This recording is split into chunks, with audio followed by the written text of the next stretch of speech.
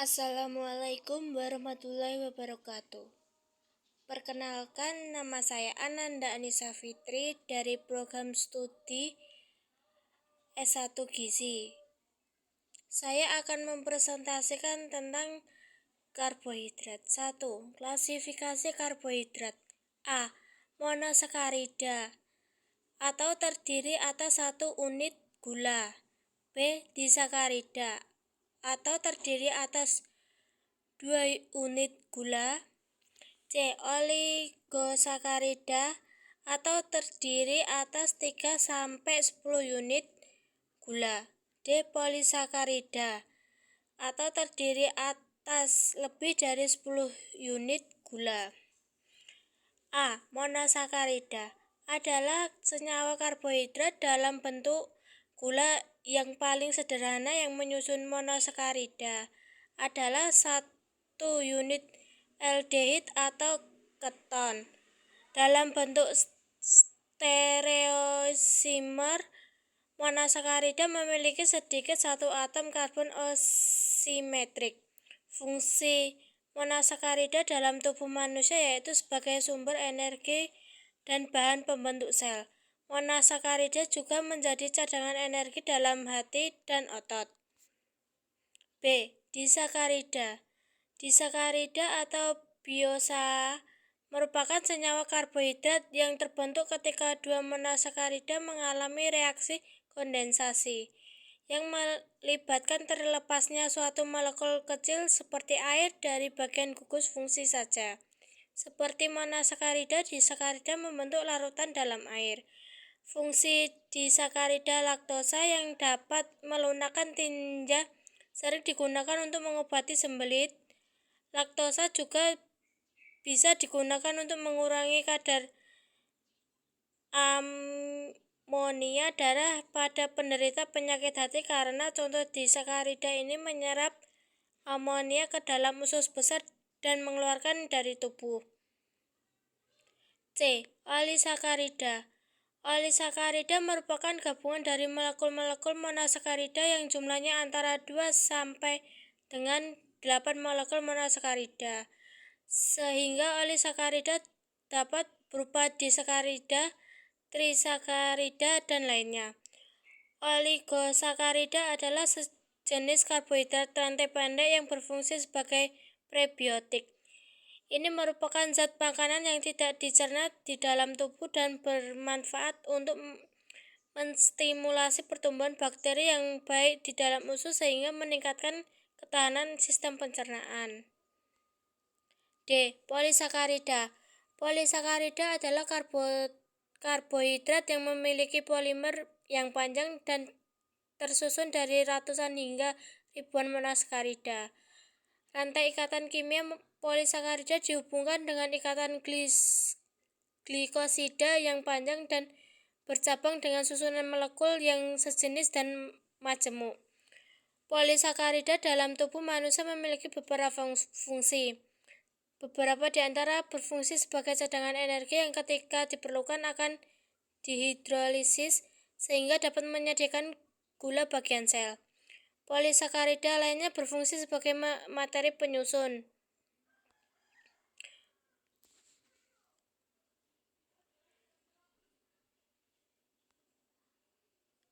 2. Struktur karbohidrat. Karbohidrat merupakan senyawa yang terbentuk dari molekul karbon, hidrogen, dan oksigen. Rumus umumnya dikenal menjadi CX atau H2O N. Secara struktur karbohidrat memiliki 4 gugus yaitu gugus hidrogen men H, gugus hidroksi men OH, gugus keton C sama dengan O, dan gugus aldehida men SHO. 3. Ikatan glikosidik. Ikatan antara 2 molekul monosakarida disebut ikatan glikosidik. Ikatan ini terbentuk antara gugus hidroksil dari atom C nomor 1 dengan gugus hidroksil dan atom C.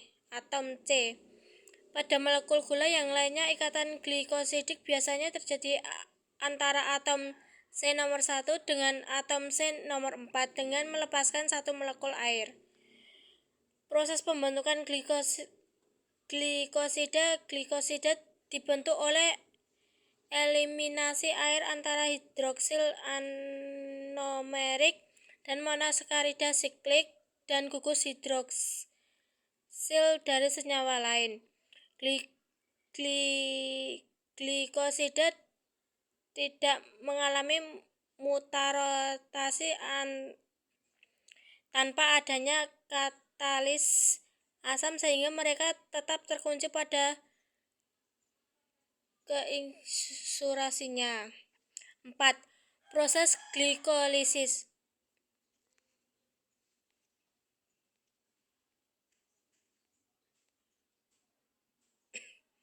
Glikolisis berasal dari kata glukosa dan lisis adalah serangkaian reaksi biokimia di mana glukosa dioksidasi menjadi molekul asam pirufat. Glikolisis adalah salah satu proses metabolisme yang paling universal yang kita kenal dan terjadi di banyak jenis sel dalam hampir seluruh bentuk organisme. Sifat-sifat glikolisis. 1. Glikolisis dapat berlangsung secara aerob maupun anaerob. 2. Dalam glikolisis terdapat kegiatan enzimatif. 3. ADP dan ATP berperan dalam perpindahan fosfat molekul satu atau ke molekul lainnya. 5. Proses glikogenesis adalah bentuk glikogen dari glukosa. Apabila terjadi peningkatan kadar glukosa dalam darah, maka pankreas akan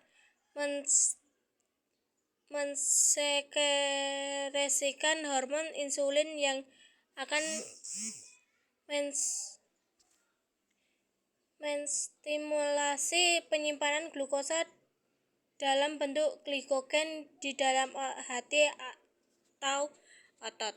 Tujuan masing-masing. 1. Glikogen di otot digunakan untuk keperluan menghasilkan energi. 2.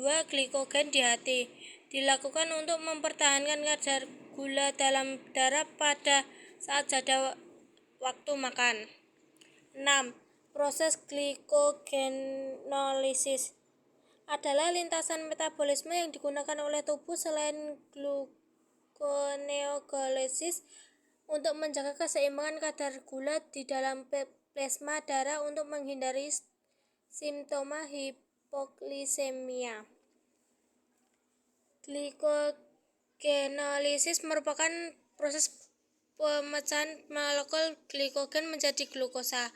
Apabila tubuh dalam keadaan lapar dan tidak ada asupan makanan, maka kadar glukosa dalam darah tubuh menurun. Glukosa diperoleh dengan memecah glikogen menjadi glukosa yang kemudian digunakan untuk memproduksi energi. Fungsi utama gluconeogenesis yakni menjaga kestabilan glukosa dalam tubuh ketika Anda tidak mendapatkan asupan makanan. Fungsi ini amat penting karena beberapa jaringan tubuh hanya mengandalkan glukosa sebagai sumber energinya. 7. Proses gluconeogenesis adalah proses pembentukan glukosa dari zat yang bukan karbohidrat. Proses ini dapat terjadi pada hewan, tumbuhan, jamur, hingga bakteri. Pada manusia, pembentukan glukosa dari sumber non-karbohidrat terjadi pada hati dan ginjal. Molekul yang umumnya sebagai bahan baku glukosa adalah asam pirufat, namun oksalesetat dan dihidroksiaceton fosfat dapat juga menjalani proses gluconeogenesis. Glikogenesis terjadi terutama dalam hati dan dalam jumlah sedikit terjadi pada korteks ginjal. Hal ini dapat terjadi di hati karena hati memiliki kedua enzim yang berperan dalam katabolisme maupun anabolisme karbohidrat. Glukagon berperan merangsang proses glikogenesis dan neogenesis. 8. Proses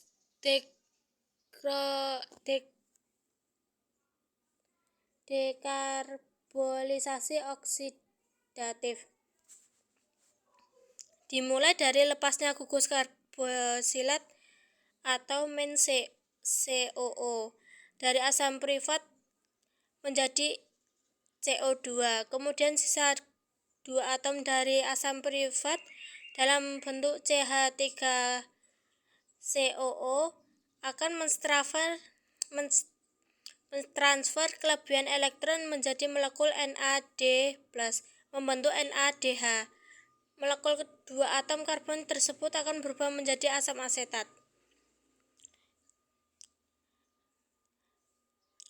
Dalam dekarbosilat oksidatif atau perubahan asam piruvat menjadi asetil KO sampai A menghasilkan 2 NADH yang masing-masing berisi 3 ATP. Berarti dekarbolisasi oksidatif menghasilkan 6 ATP. Siklus Krebs.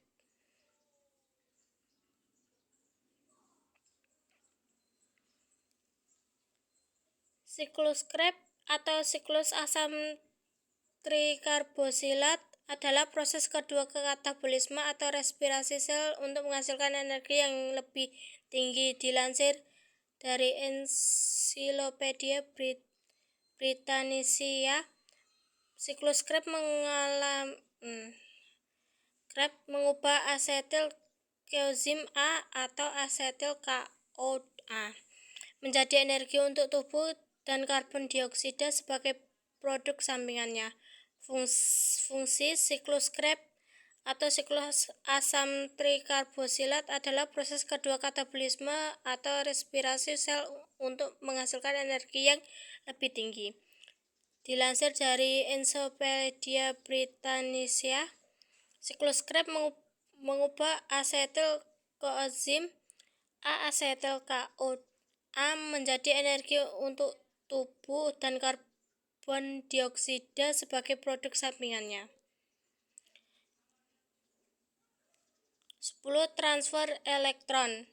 Transfer elektron terjadi ketika elektron berpindah tempat di suatu atom atau molekul ke atom lainnya. TE adalah penjelasan mekanis reaksi redoks yang melibatkan perubahan tingkat oksidasi, pereksi, dan produknya.